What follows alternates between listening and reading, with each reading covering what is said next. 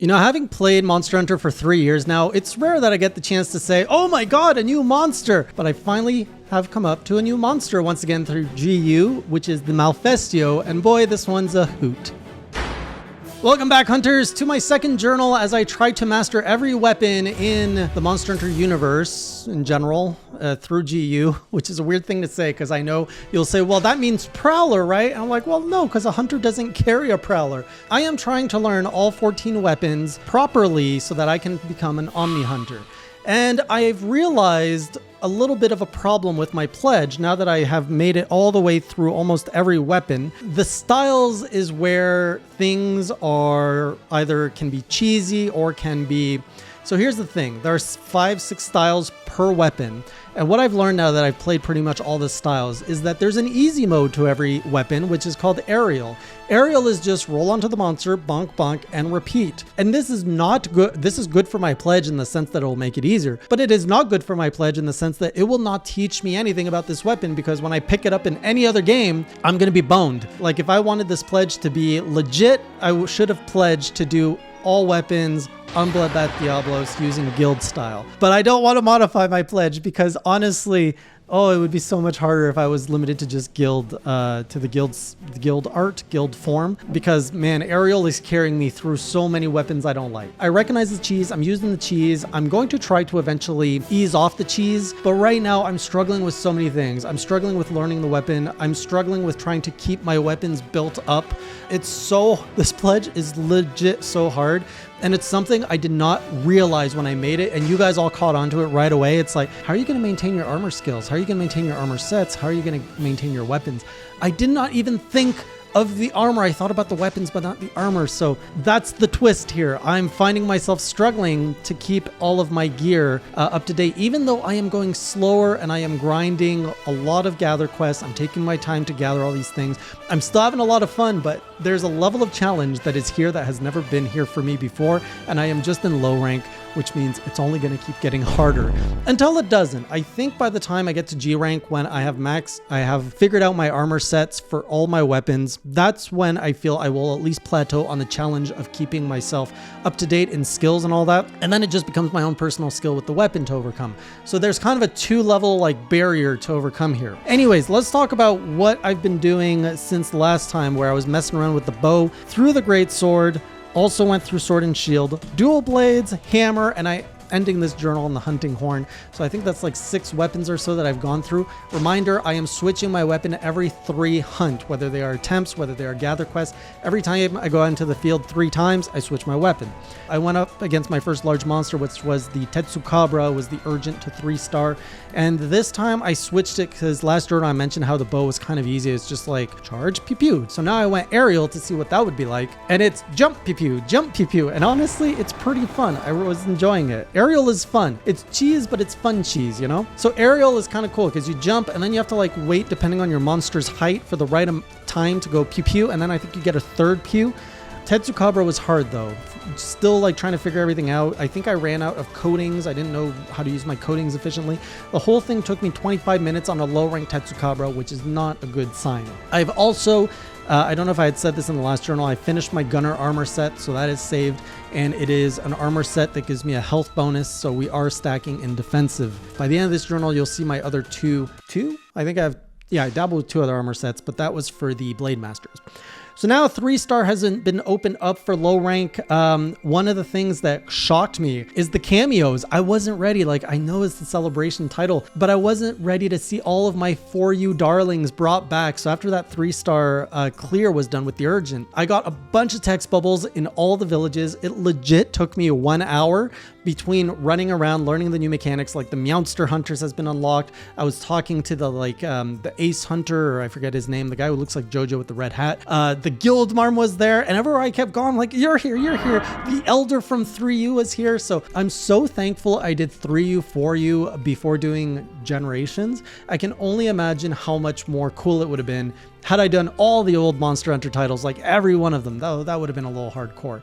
I decided after all to get my DLC, so I downloaded all the DLC, so I got my free cats, I got all my events, and I did that because the Meowster Hunter minigame has been unlocked and I needed cats. I didn't want to hire them, so I just got some DLC.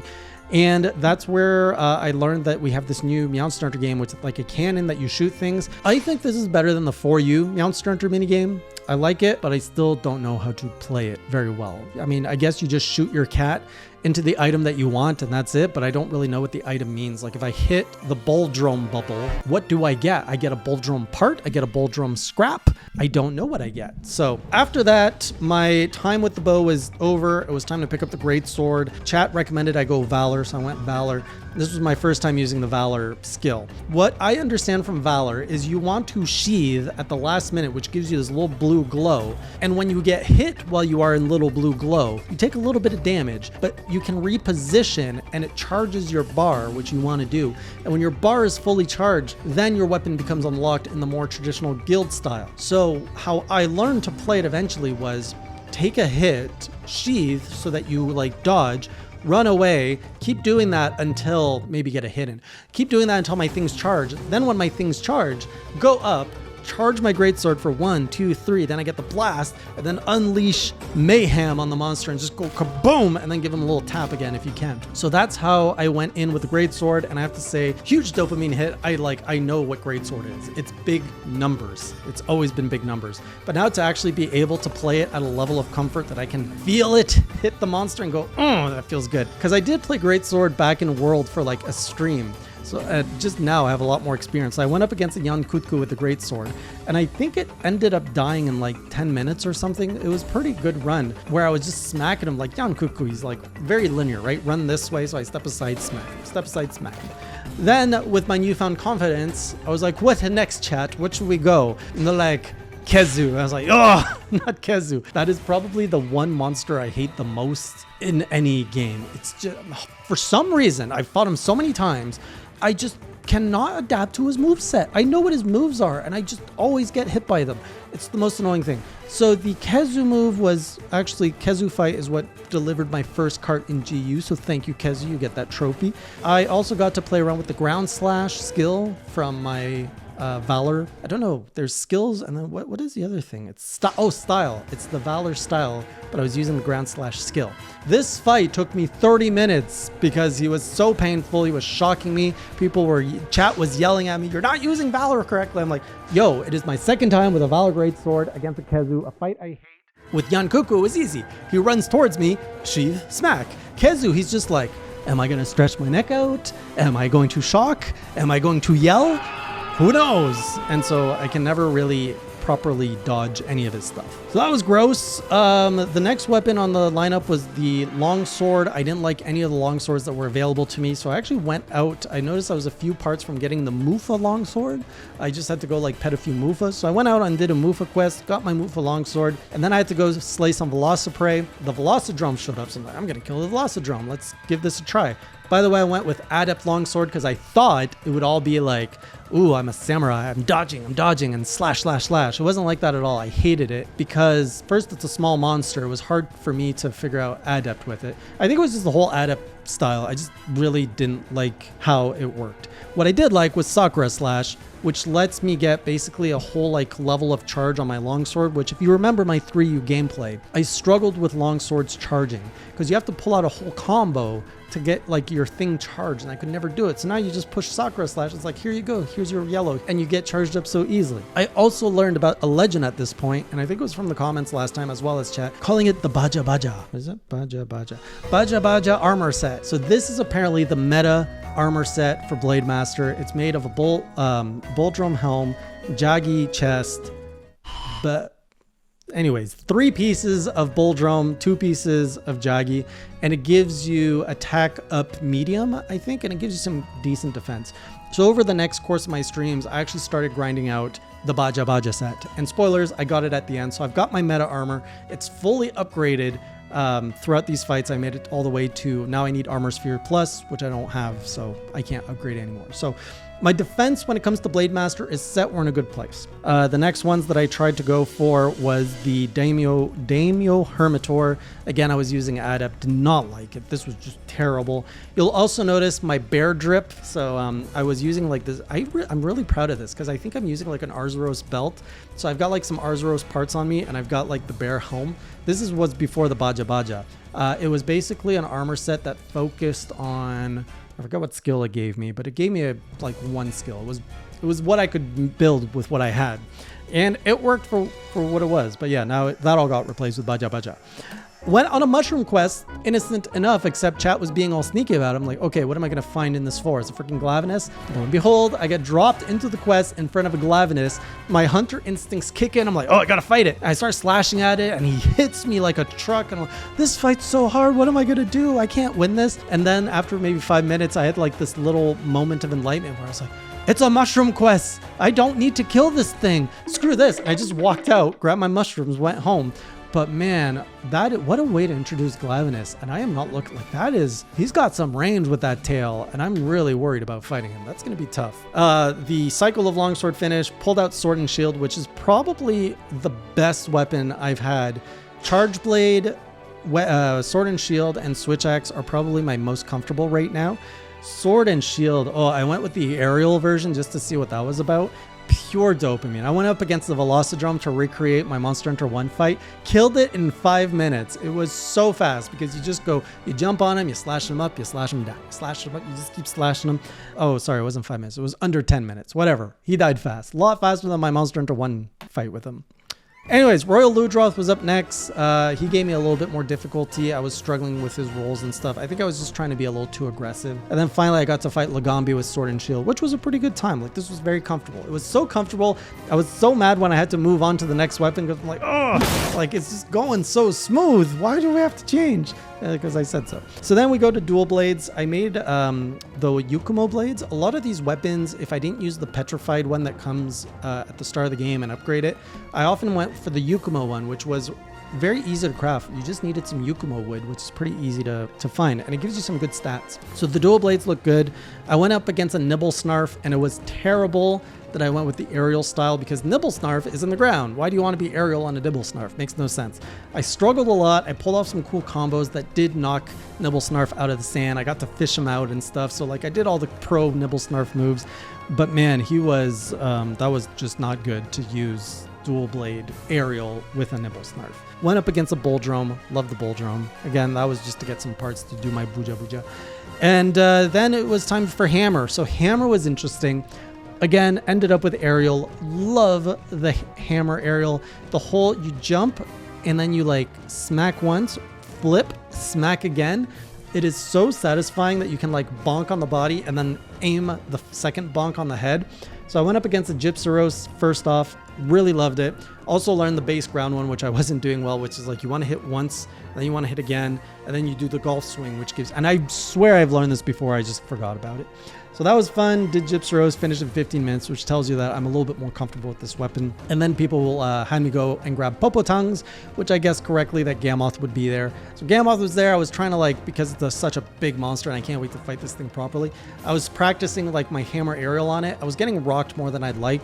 So yeah, it's going to be like these things are not that much cheese as I'm making it sound like they're. Like they're still pretty challenging fights, even though you can just spam. So I'm gonna have to learn the Gammoth moveset.